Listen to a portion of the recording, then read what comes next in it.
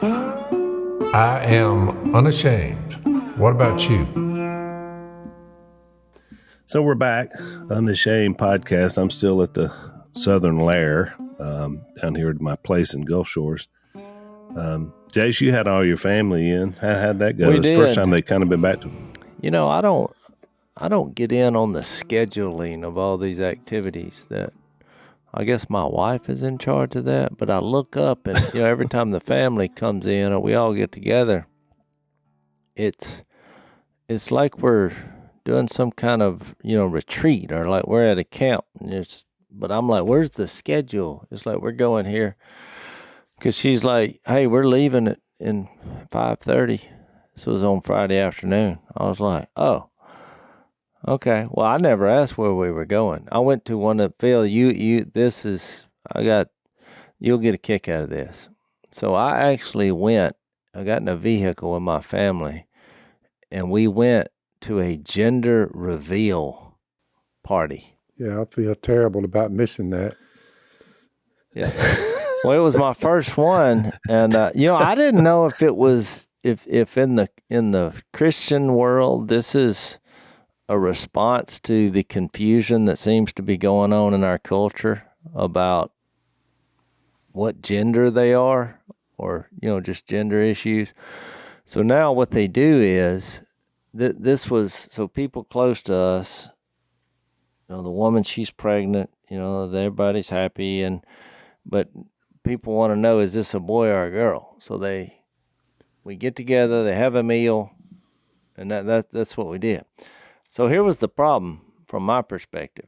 So, because I was kind of bewildered with what's going on. I mean, I looked, they had prime rib on the grill, so I thought, well, this will be good. So then he said, okay, we're ready. So we all go outside. So the couple, they get out there, and they had what looked like some kind of canister in their hands. And now I was looking around because I wasn't sure what was fixing to happen. And everybody had their phones up, and so they were giving a little speech. We're thankful, for all our family and friends here to support us. Well, then they pumped this canister, and I would say it was the equivalent to a small bomb going off. I mean, I jumped. All the babies started crying. I mean, this thing was loud. And so then people started hollering, and I said, well, which is it? Is it a boy or a girl? And Missy said, the color of the confetti, it was blue. That means it's a boy. I said, well, you should have told me that. I didn't know what the choices were, and I didn't know what they were doing. So when the confetti blew out blue confetti, that meant it's a boy. That's why everybody was hollering. But I didn't get in on the payoff because I didn't know. So I said, well, so if it had been, pink, it's a girl? And they said, exactly. I try to stay out of that type gatherings. I don't like canisters blowing up and it was confetti to show me a point. Yeah, I didn't know this was a thing. And Al, were you aware that people do this? I was. I've seen it. In fact, there's been some. It's interesting because you do this enough. There's been some mishaps. There was one out in California, and the thing blew up and wound up starting a fire. And everybody's running in every direction. I mean, it's not funny, I'm sure, for them, but I mean, nobody got hurt. But so sometimes now there's been enough of these happen around the country, Jase, that when the mishaps happen, they become the viral videos of so the mishap point was gender. For celebration of life, though. It was. Look, I'm down with it. I was just, what made me think, we're in Mark where all these people are gathering up, and Jesus, he's doing things, and there's a lot of people, they're uncomfortable with what's going on in the gathering. They're bewildering. He's like, what's going on? But I literally was the what's going on. And Missy's like, you've never seen this? And I was like, no. Why didn't they just say it's a boy? But they're like, that's why I said maybe it's a response. We're celebrating that, hey, you know what?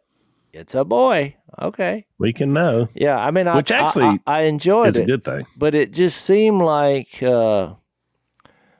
it's a new thing that's going on. I thought you'd like to know. I mean, we ate good, and I thought, what else is going to happen? No, it was pretty much fire off the canister, announce that it's a boy, take the pictures, do all that, have a nice meal, and then I was like, well, what's next? And Missy's like, well, that's it. We're you ready to go? I was like, well, yeah. That's it. Were they all these Christian people? Yeah.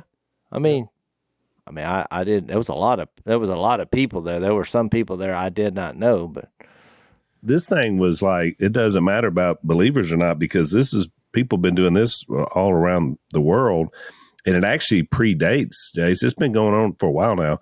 It predates some of this gender stuff. So it's just a way I'm like, Dad, it's a good thing. It celebrates that as we can know, we do know what gender is, and that also it's a celebration of life. But it's interesting, Jace. So you were doing that. I was at a dinner party down here with our old pal, Chef Chris, who, man, I never know what he's going to cook, but he's a chef, and so it's always going to be delicious. And so we had New York strips, and man, he had all these great dishes. And with a chef, the difference in them and us, because I can cook a steak, you can cook a good steak, Jay. So I mean, we can cook some good food, but they always got that sauce, that's something you pour over it that just really makes it sing. And that's what he did. But we're there, and we're like eating the appetizers he's cooked for us, and his daughters are there, and all of a sudden one of them says, "Oh, it's I think she said real time. It's real time." She gets an alert on her phone, and so apparently, either once or twice a day, this is a new thing. Apparently, it's a fad. They were all into it, but I'd never heard of this before. So your phone gives you an alert, and within the next 2 minutes, you've got to hold your phone up and take a selfie of what you're doing. And it takes a picture of you and what you're doing, but then it also takes a picture of everybody else in the room. This is what the app does. So I don't know what it means, but once or twice a day, you're supposed to stop and let everybody know that's on this app what you're doing in that moment. And I think they called it real time, but it was something like, have you heard of this? It comes off of that cell phone. You just got to remember, Al, I've never purchased a cell phone, so I may be missing out on some key areas. yeah, where are we at with that? Are you ever going to do that? No. Okay. No. You have vowed a life of phone celibacy. I mean, 2 times a day you have to get into your schedule that somebody's going to say, "What are you doing?"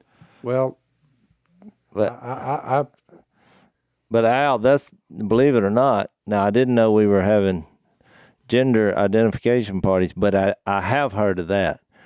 And the reason they did it, from my understanding, is because on all these other social media platforms, these people use filters and airbrushes, and a lot of people are just, it's not even them. They're putting a picture out that's not them. So the idea of the social media site to do this is unfiltered, authentic. They're really going after authenticity. So, and if you my daughter was trying. You film yourself from time to time, it shows that you're behaving. Is that what? No, it just shows this is really who I am, because you got to remember the problem I have with social media, and the reason this will probably be successful is because people are given a portrayal of themselves, kind of like the Pharisees. It's just, this is the image you want to portray is what you go with. I got you. And so they say, well, in order to get around that, we're going to pick a random time twice a day. This is the only time you post, and you don't know when it is. And I think you have 60 seconds to do it.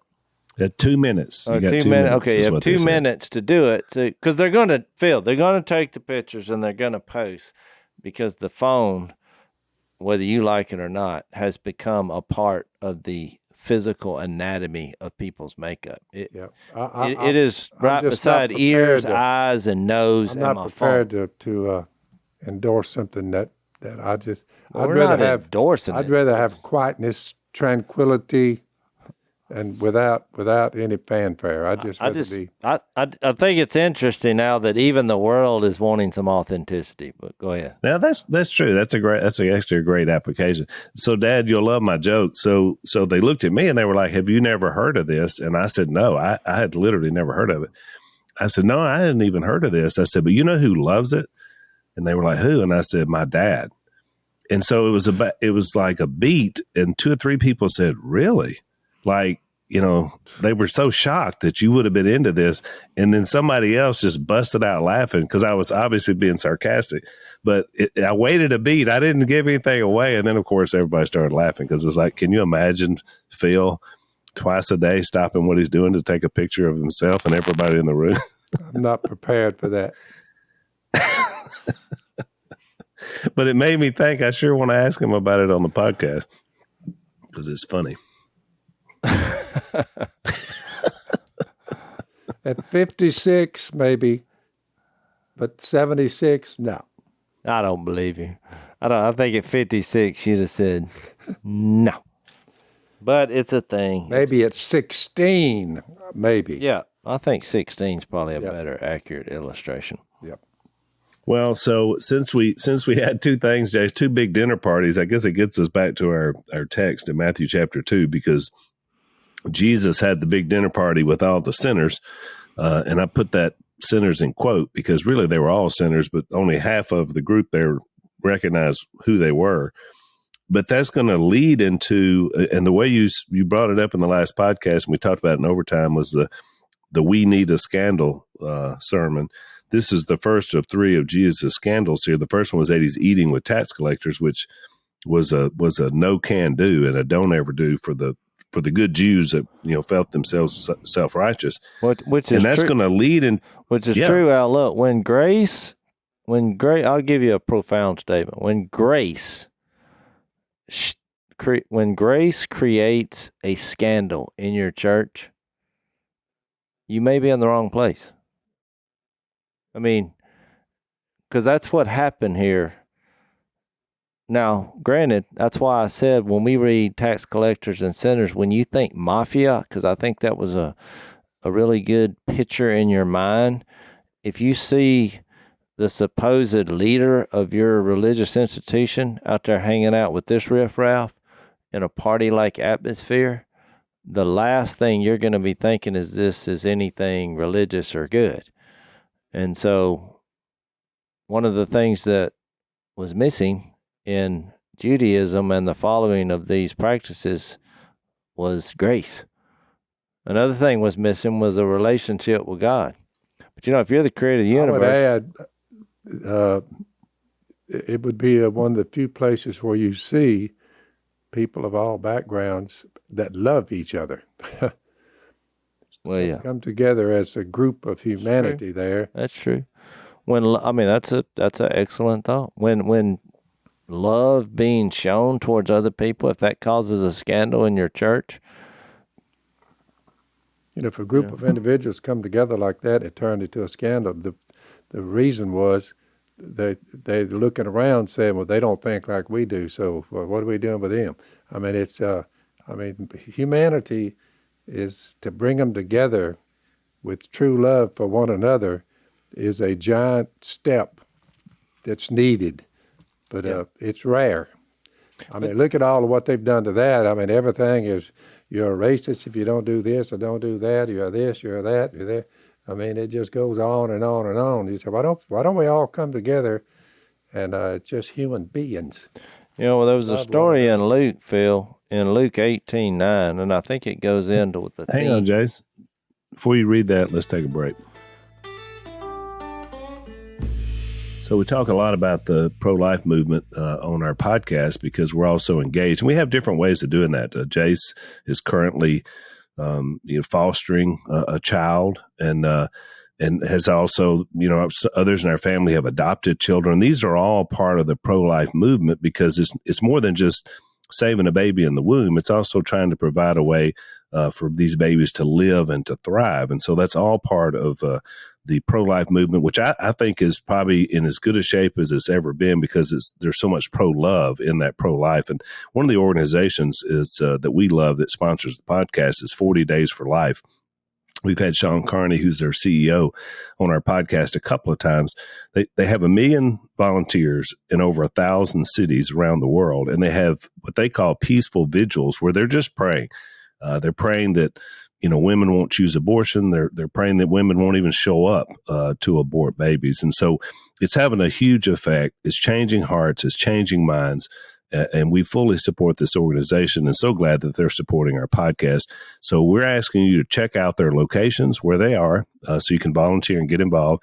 Check out their podcast, which is great information. They also have a free magazine at 40daysforlife.com that keeps you updated on how abortion is ending in a post-Roe America, which is what we've been praying for 50 years. So that's 40daysforlife.com. Check them out.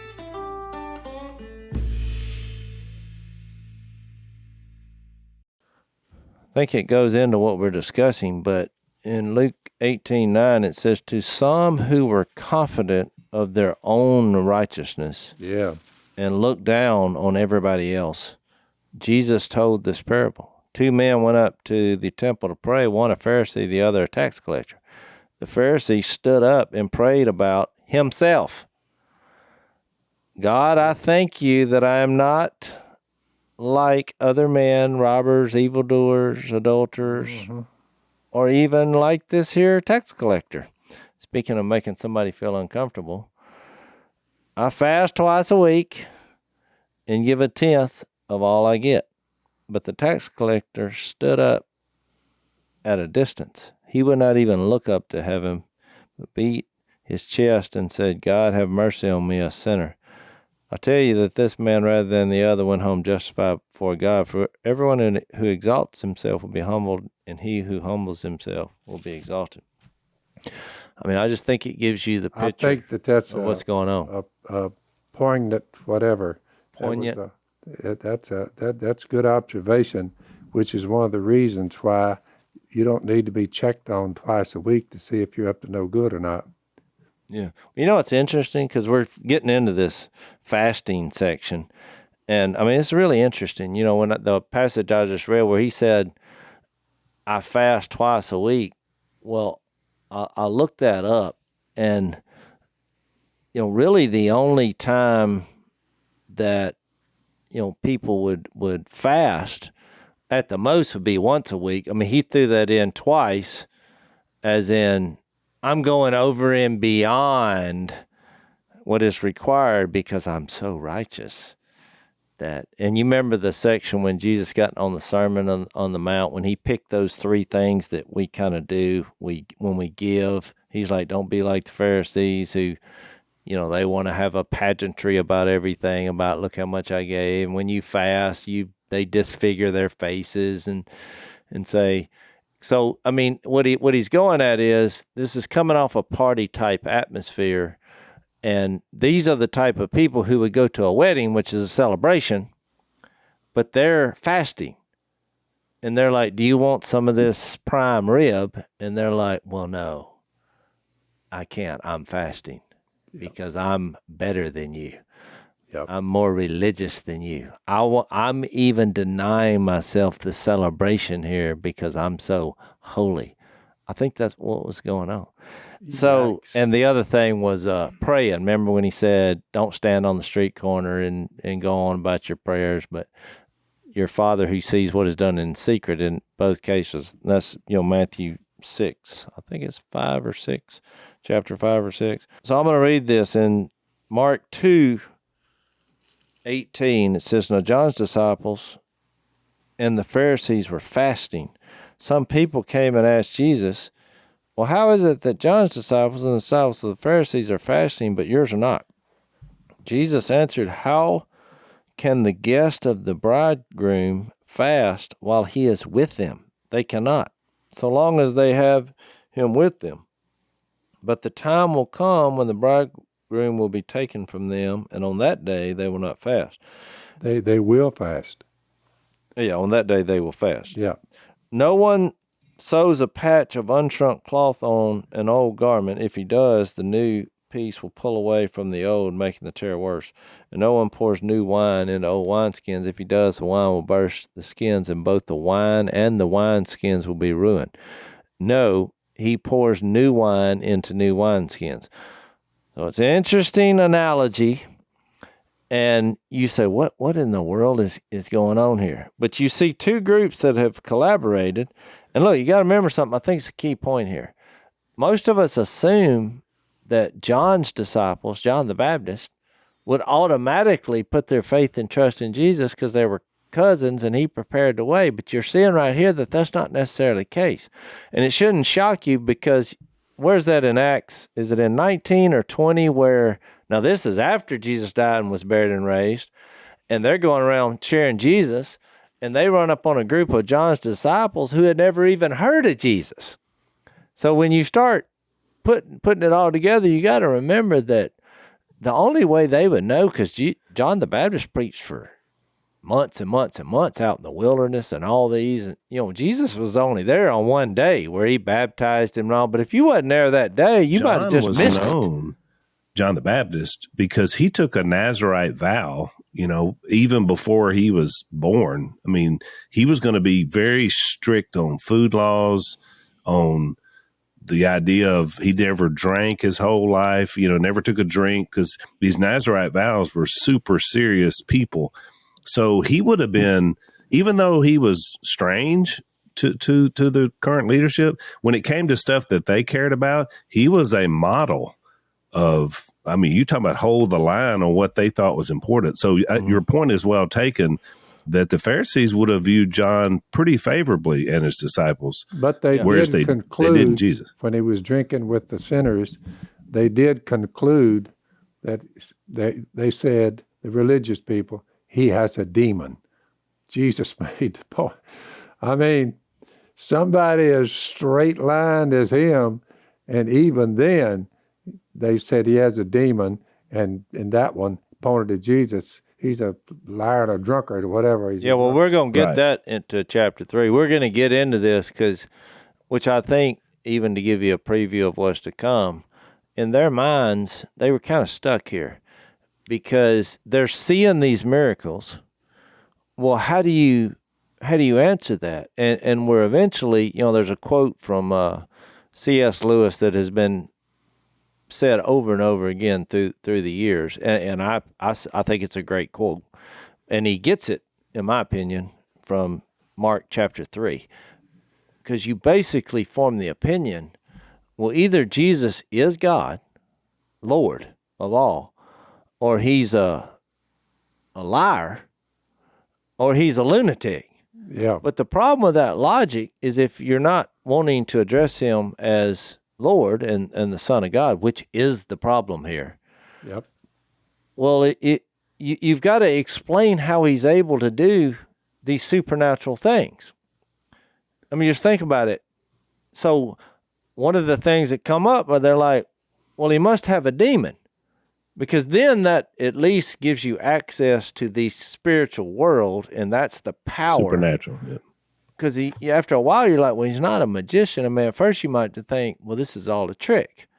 Yep. But you're looking at it, it's like, well, the guy's, we're fixed to read, the guy's hand is shriveled up, and then all of a sudden it's not. The dude had leprosy, and then he doesn't. The guy was paralyzed, and now he's walking around carrying his mat. Crazy people don't have that kind of power. And so they're like, well, he must be a liar, and so he's actually not after working their money. He's not charging them anything. He can't be just some dude. How is he able? So that's the narrative going on. So that's why all of a sudden they began attacking him, because it made them feel really uncomfortable. The first scandal was, all right, he's down there at the cartel, having a party, and you claim to be some kind of religious, we know he's not that, because he wouldn't be running around with them. Then all of a sudden they're like, well, you know what it is? Well, he's not fasting. So let's try to attack him on that. Well, then what is his answer? His basic response was, well, I'm here. the same as it was in chapter 1. He said, the time has come. I'm here. You should be celebrating. you can't celebrate because you're running around with the rip. Well, your friends are not welcome here, which means you're not welcome here. You have no pedigree. You're quoting yourself, not some people that we respect.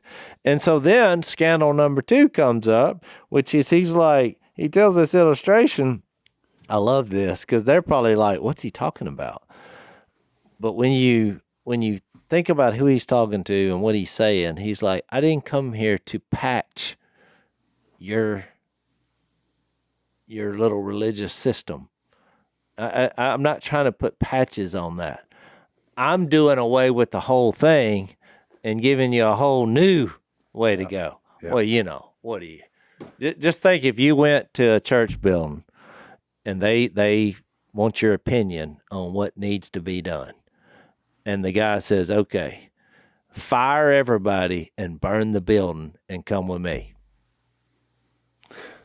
That's the equivalent of what he just said. Well, what he was saying. They're like, well, you're demon possessed. I mean, you think this old boy, it would make you mad if somebody came to your church and said, fire everybody, all the leadership, we're firing them because they're all sinners. I don't care what they're trying to portray. And we're burning the building, and we're going to go down the road and go out here and try to help, the people that we should be helping, cartel members, prostitutes, and well, how many people you think would follow him?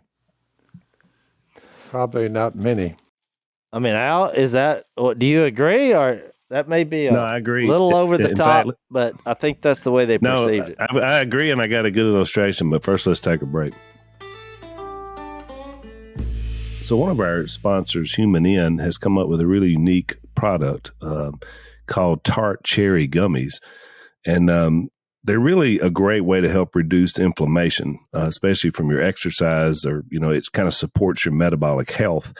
They're clinically studied from the extract, this tart cherry. They're up to 40 times more concentrated than many other tart cherry extracts. And just 2 of these are the antioxidant equivalent of 16 ounces of tart cherry juice or 100 cherries. So really good, 0 sugar, non-GMO. They're delicious. They got a whole team of scientists that have worked on this. And so we recommend them. 100% satisfaction guarantee. You can try them risk-free for 90 days and see how you feel. If you don't love them, send them back. No questions asked. So they're going to give you 3 months to check this product out. I think you'll love it. Right now, you can get up to 35% off Tart Cherry Gummies plus free shipping at mytartcherry.com/Phil. So this is the best offer available anywhere. That's mytartcherry.com/Phil. 35% off all their gummies. mytartcherry.com/Phil.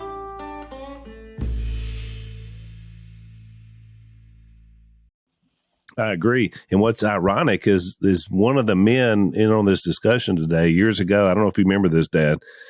We were going to renovate. We had to put a bunch of money into the building. It was falling in. We either got to put money in it, bulldoze it, something. And Dad, who's, pretty young elder at the time, and I wasn't an elder yet, Dad said, fellas, I'll tell you what we need to do. We just need to let's get out of this building. We don't need a building anyway. We'll just meet down at the Civic Center. We'll rent someplace. He said, we still need to meet. We meet in homes. We'll impact people for the kingdom. And then we won't have this collar of debt around our necks. And I just remember everybody looking at you like, that's insane. We can't get rid of our building. I mean, This is where we meet. Yep. But do you remember that, Dad? You were just looking at it totally practical, like, yeah, we could do this. We could just walk away. And so I think the illustration is, I actually witnessed that, and the illustration is perfect because that's exactly, Jase, what he was saying.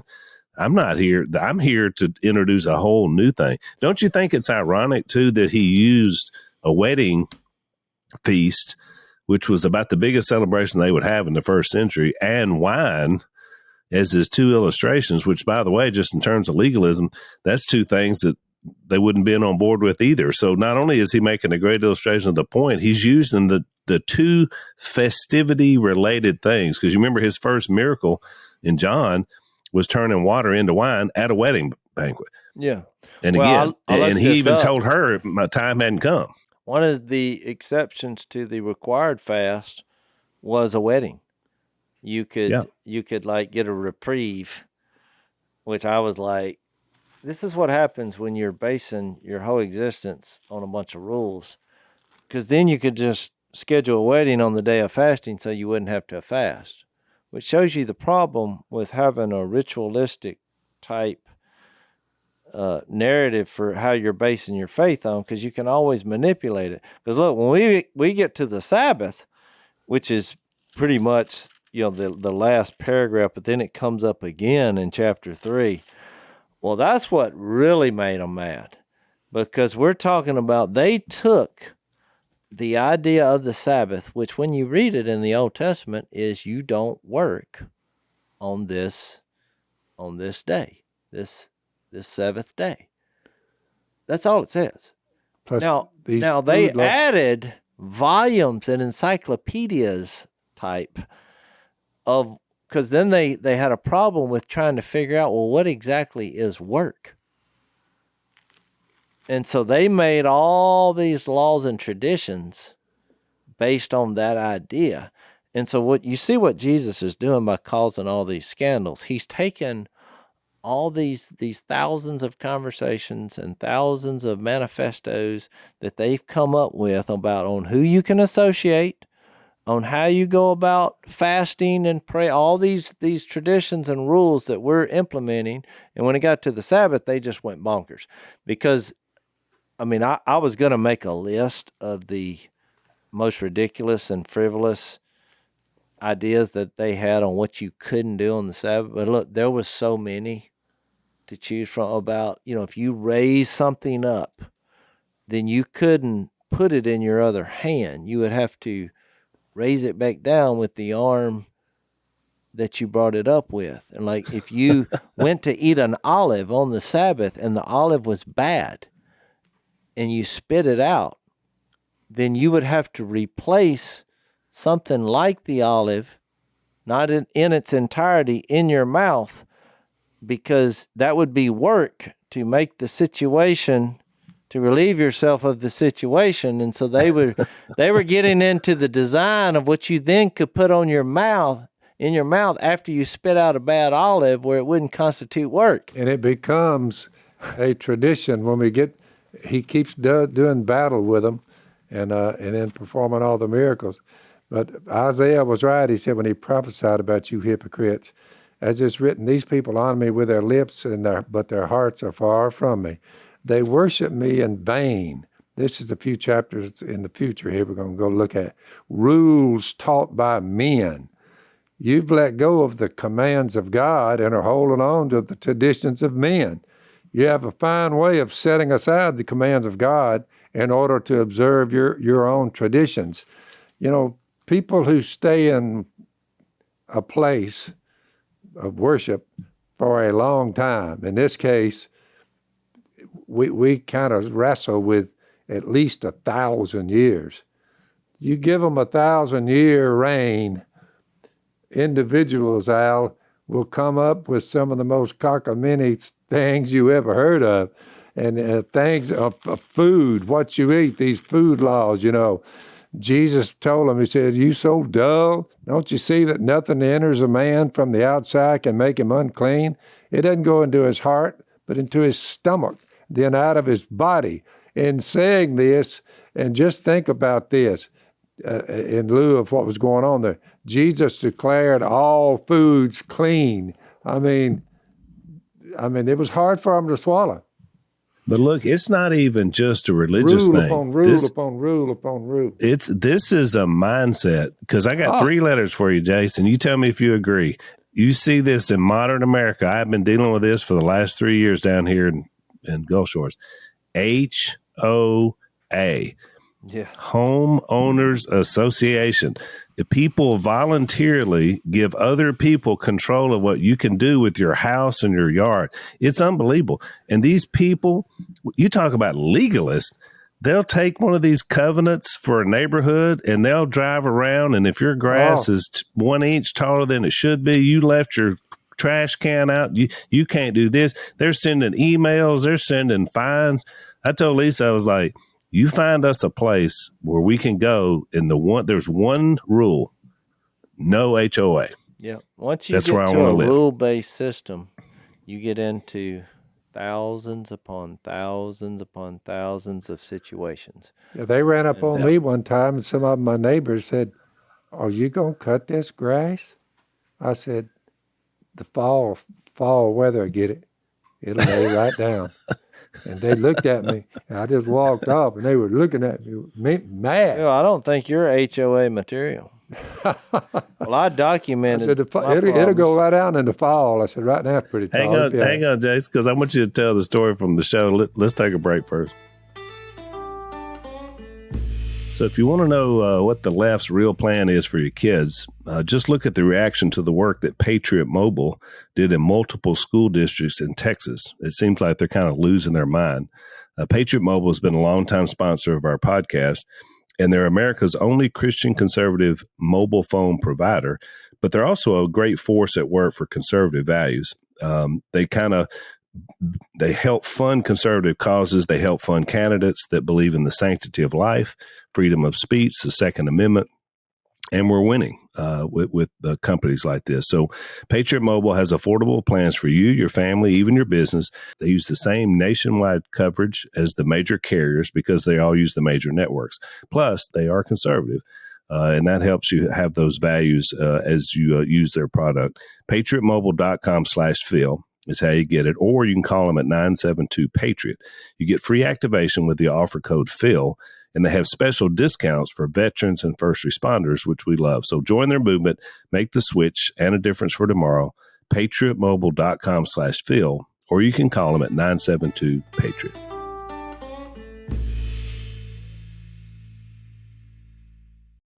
Well, I've documented that with the show. I mean, they literally came down, and when the TV people heard I had a big riff with the other people in my neighborhood over these chickens, they were like, "Can we film that?" I'm like, "Sure." And it was so embarrassing for them because these are believers. These are people in my family, married in who are running the HOA, but they had so many rules, which was basically you can't have any kind of farm animal running around in your yard.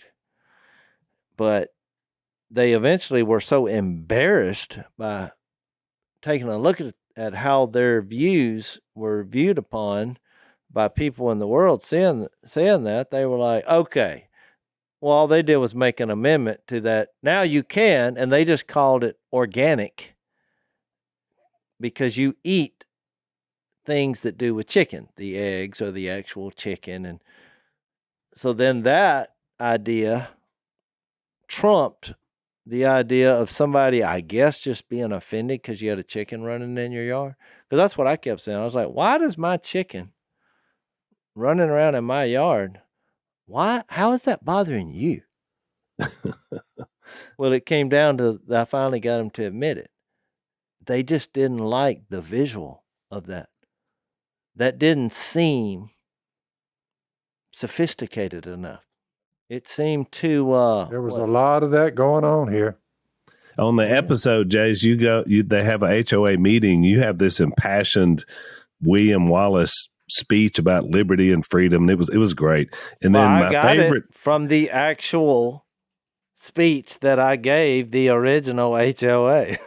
Exactly. So what I loved about the scene was that Mom thought it was an eating gathering. So she brings she prepared some food and she takes it in there, and that was kind of part of the joke of it. And so Dad is like, well, let's get out of here. We're leaving. And Mom goes back in and gets her food. She said, I'm not leaving my food for these people. Yeah. That was really funny. But anyway, that's what Jesus is tearing down these walls. And look, it's difficult to have this going on for thousands of years. And then, you're not hearing from God for the 400 years. And then here comes Jesus, and he's just turning this whole system on its head. And it's causing rage, anger, plots to kill him. And I want to go ahead and get into the Sabbath part because I think it piggybacks. So before you do that, I want to make one point before we leave the fasting. it shows you how people are, because like they made an assumption about Jesus because they weren't following their little pattern. But here's what's interesting. Back when we first started the book in Mark chapter 1, he doesn't mention it, but we know it from the other Gospels. Jesus fasted for 40 days and nobody knew it except for him when he went out there in the wilderness. So here's a guy, you're saying, why didn't he fast, like us? And on our little 1 day a week, our little program we have, what they didn't know was the Son of God had already gone out in the wilderness, fasted for 40 days, which is almost unheard of, and took on the devil. Yeah, well, they had them. When I looked at the history of this, and it was I think 40 was the max, but they had fast for 1 day, 2 day, 3 day, 7 day, 21 day, and I think 40 was if you want to be the holy of holies, they had a 40-day fast program, which is, I think, why Jesus did the 40 days. And look, and fasting is a good thing. Even today, I think it's a good thing where you focus on the sacrifice that and brokenness that you're enduring, but it helps you in meditation and on earth and provides clarity. I'm not against fasting, and I encourage people to do it. But what they were doing was using it. They were using this ritual. It had an emptiness about it because they're now attaching what you're doing as far as rituals attached to who you are and your holiness or the lack thereof. So that's what's wrong with this system, because then you're always oppressing people because you're like, well, you're not as good as us. Because look at your group. How come they're not fasting? Our groups are better fasters than you are. Therefore what? Therefore we are more righteous than you. At some point, the ones that are shaking their head, saying, what in the world's going on, it is a system of works. Never works. No, it don't. It don't, because it does the opposite of what you said earlier. It doesn't enable you to love That's right. each other or forgive or extend grace, all the things that Jesus brought. So, Jesus is saying here, look, it's time to celebrate because I'm here. But the problem is the only people that are celebrating are the cartels and the prostitutes, these few fishermen, and you got a tax collector. Well, they're like, well, there must be something wrong with this. And so that's why I think, a lot of people say, well, how does this apply today? Oh, it applies today, like what we were experiencing yesterday. A lot of people have been going to church their whole life, where we were at yesterday, Al. Here's a bunch of people trying to get off drugs, a bunch of drunkards. It was a rough crowd. It was a rowdy, rough crowd. And they had all gathered up. They had had a weekend retreat, and this was kind of the cherry on top here, Yep. And above all that, you've got a former gang member who's been incarcerated as the preacher. Well, I guarantee you, some of these people who have been sitting in the same pew for 20 years, they probably went out there and there was somebody sitting in their pew. So they're already uncomfortable already because they're not sure how this is going down. But I'm not sure holiness can be attained if I have to sit in a different spot than where I've sat for the last 20 years. And all of a sudden, there are people hollering out randomly for seemingly no reason, like so loud it'd make you jump. And it was just really emotional. It was real passionate. A couple of the songs had a rock feel to them, as in this is rock music with Jesus lyrics. I don't know about that. So, if you weren't prepared for it, it would really make you uncomfortable. You know what I'm saying? It just didn't seem like a religious type gathering. But so what I'm saying is, after what I'm reading here, it would be incorrect to start making judgments and assessments based on what I'm reading here. That's correct. Because that's a great illustration. Let's take our last break. So, Jase, you and I have talked before about the power of counseling, especially in family situations. You guys have had some great results of family counseling, haven't you? Yeah, I mean, it's a great way for you to air out and figure out what the problem is and how to move forward. Sometimes I just call it a guide, someone that guides you. Everybody wants to get to a good place, but sometimes you just don't know quite how to get there, and a counselor can really do that. One of our sponsors is a group called Faithful Counseling, and we love it because what happens here is this is an online way to be, because you can't always find a good counselor. If you don't know somebody, you don't have somebody in your area, but these guys are online. Everything is secure.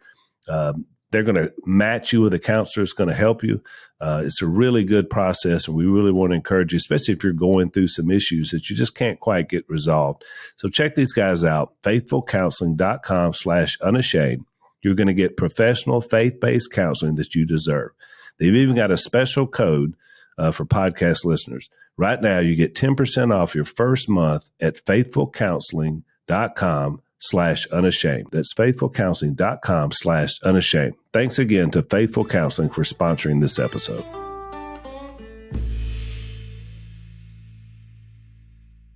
Look, Jesus people that are converted, look, they're messy. People out of the world are messy, and they don't know the rules, in quotation marks. They don't know the ritual. They don't know, because they're viewing this as a building where we're all gathered, but they're not viewing this as as some kind of place where you need to have a certain decor.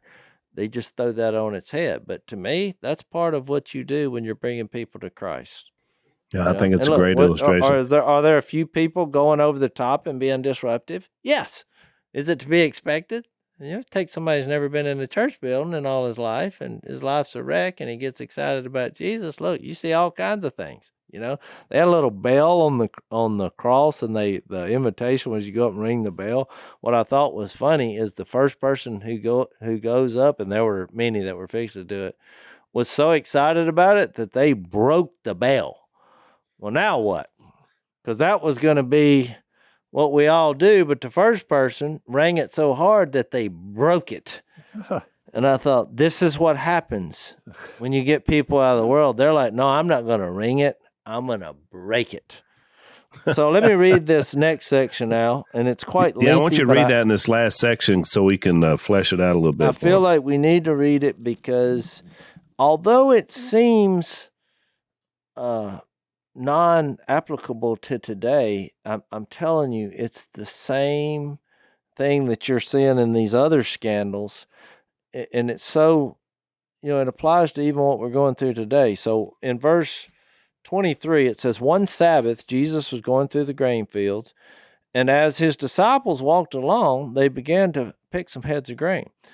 The Pharisees said to him, look, why are they doing what is unlawful on the Sabbath? Now remember, I've already told you that all it said in the Old Testament is you don't work, you take that day off. So they've attached some amendments to this and said, you can't walk along in a field and pick some heads of grain off because that constitutes work. Well, this wasn't what they normally do. These were fishermen, and you know where it's headed. They were hungry. He answered, have you never read? Now, he didn't say that. He brings out an example in the Old Testament. I think it's 1 Samuel 21, and you can read the story. Haven't you read what David did when he and his companions were hungry and in need? In the days of Abiathar, the high priest, he entered the house of God and ate the consecrated bread, which is lawful only for priests to eat, and he also gave some to his companions. So Jesus has brought up an obscure story that they were probably aware of, that they probably avoided because they couldn't make sense of it, to answer the question. Then he said to them, the Sabbath was made for man, not man for the Sabbath. So the Son of Man is Lord even of the Sabbath. Now look, when he said this, you talk about a scandal. This is the worst possible thing because these people have devoted their lives to getting the rules of the Sabbath right.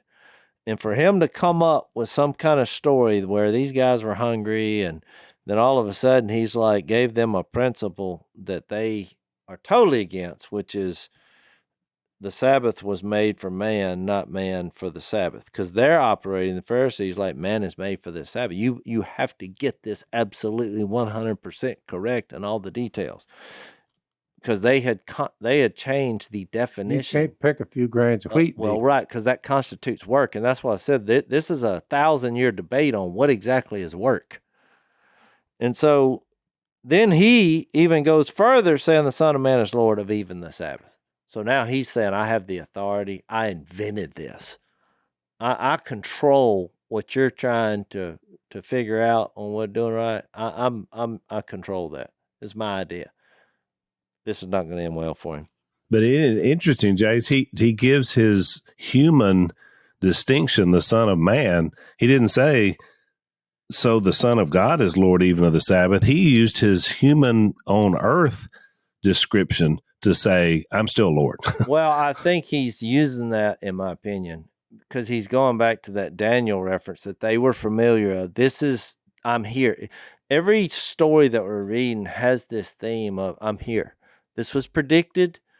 The king is coming. The eternal kingdom is going to be established. I'm here. Because he just said the bridegroom's here. Now he's like the Son of Man here. So it's an obvious reference to me. That's why I said in that illustration that I always use when I'm speaking to non-Christians, I hold up the Bible and I say, Genesis to Malachi, Jesus is coming. Matthew, Mark, Luke, and John, Jesus is here. Because that was his emphasis here. I'm here. The time has come. Son of God is here. Acts to Revelation, I'm coming back. Well, what about a physician? Are we not going to heal somebody on the Sabbath? What if he dies? And so they actually, in some of their subordinate laws, made an allocation to where, I'll tell you what, if a guy's bleeding to death, it's okay to put something over the gushing wound. But that's it. So basically, you're like, in your rules, we're going to give him a shot at survival because we all know he's going to bleed to death. We need to figure out what we need to do for this guy. So it came into this, how can you help others? They're like, nope, you can't help people because that'd be work. So Jesus, they can't say he's a doctor because he's actually not doing anything. Where was the thing about getting his donkey out of the ditch? I mean, well, yeah, that's a good one to read. So let me finish reading it. So then he said, they were silent. He looked around at them in anger. And look, by the way, this is the only time in the New Testament it ever says Jesus got angry. That's right. There's other instances where he went in the temple and he cleared it out because they were keeping people from going inside and turned it into a money deal. But this time it says, all right, he's hot. He looked around them in anger and deeply distressed at their stubborn hearts and said to the man, stretch out your hand. He stretched it out, and his hand was completely restored. Now, you would think there would be some positive moment here. He gave the speech. They don't have an answer because either way, they're going to be hypocritical in what they say. Because the bottom line is, Jesus is way ahead of them. He knows what I would have concluded, okay, sorry. I'm with you. I would have thought you're the Son of God, evidently, and you did come up with the Sabbath. And I'm sorry, I got you wrong a while ago. the next verse says, the Pharisees went out and began to plot with the Herodians, which is a group that they detest, had nothing in common with. They're not even a religious group. They're a political, group who are being used because they knew if the only way we're going to be able to kill Jesus is we're going to have some kind of political group who has the power and authority to do it. So they go out and are buddy with the Herodians, who, guess what? They ain't keeping the Sabbath. The Herodians are not. Not only that, they were known for their corrupt sexual behavior and dishonest gain methods. Yep. So now you're throwing in cahoots with people who doesn't have a moral fiber in their being. And why are you throwing in cahoots with them? So that they might kill Jesus. Yep. All right, let me stop you right there. We're out of time. Man, that's rich. But we're going to unpack some of that in our overtime segment. So if you want to follow us over there and hear a little bit more about this, blazetv.com/unashamed is where we'll talk about that. So we'll see you on the other side. Thanks for listening to the Unashamed podcast. Help us out by rating us on iTunes. And don't miss an episode by subscribing on YouTube, and be sure to click that little bell to get notified about new episodes. And for even more content that you won't get anywhere else, subscribe to Blaze TV at blazetv.com/unashamed.